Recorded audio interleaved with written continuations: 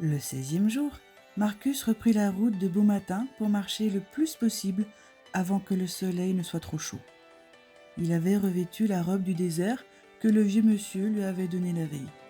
Il marcha longtemps, très longtemps, et petit à petit, il vit le paysage changer. Plus il avançait, et moins il y avait d'arbres.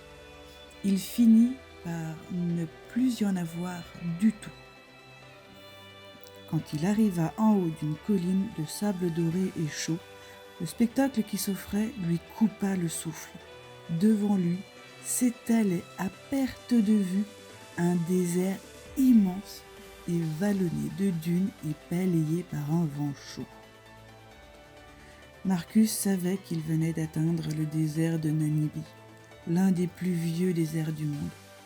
Depuis le début de son voyage, il laissait faire le hasard pour les destinations. Il était allé là où le menaient ses pas. Aujourd'hui, il se demandait s'il n'aurait pas dû prévoir son voyage un peu plus précisément. Mais s'il l'avait fait, aurait-il fait toutes ces rencontres incroyables ?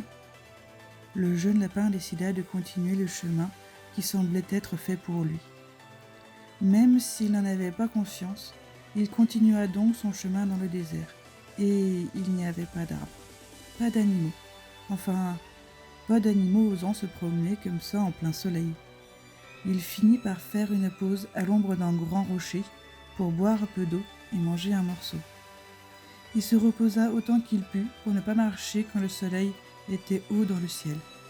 Il reprit donc sa marche lente sur le sable brûlant quand le soleil commençait à atteindre l'horizon. Quand le soleil fut couché, la température chuta, mais Marcus n'avait pas froid.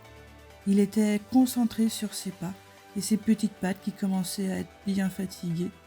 Mais il leva la tête et il aperçut la beauté de l'immensité. Aucune lumière parasite ne venait nuire à cet instant où la Voie lactée semblait tout à lui. Notre voyageur resta un long moment à admirer le ciel étoilé. Jamais il n'avait vu autant d'étoiles dans le ciel.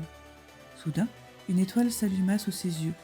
Son éclat était différent des autres. Elle brillait plus, mais surtout, elle bougeait. Marcus la vit traverser le ciel, telle une étoile filante. Cela lui fit penser à l'étoile qui s'était allumée pour les bergers et qui les avait menés à la crèche. Le jeune lapin y vit un signe et la suivit. Il marcha longtemps dans la nuit, guidé par l'étoile qui descendait du ciel et qui finit par se poser loin dans le désert. Marcus pressa le pas et finit par arriver là où l'étoile était tombée. Il s'attendait à voir un cratère fumant, une soucoupe volante, au moins un trou, mais rien. En cherchant un peu dans le sable, il finit par tomber sur quelque chose de dur. Il prit l'objet entre ses pattes. C'était du sable qui s'était comme collé ensemble, et cela formait une fleur, une rose de sable. Marcus décida de passer le reste de la nuit ici. Il fit un petit feu pour se tenir au chaud et aussi pour manger. Il s'allongea sur le sable et, malgré sa fatigue, le sommeil ne vint pas. Il pensait à sa famille, à Noël et à toutes ses rencontres. La magie de Noël, c'était de passer du temps avec ceux que l'on aime, attendre ensemble avec impatience tout en jouant, en chantant, en dansant.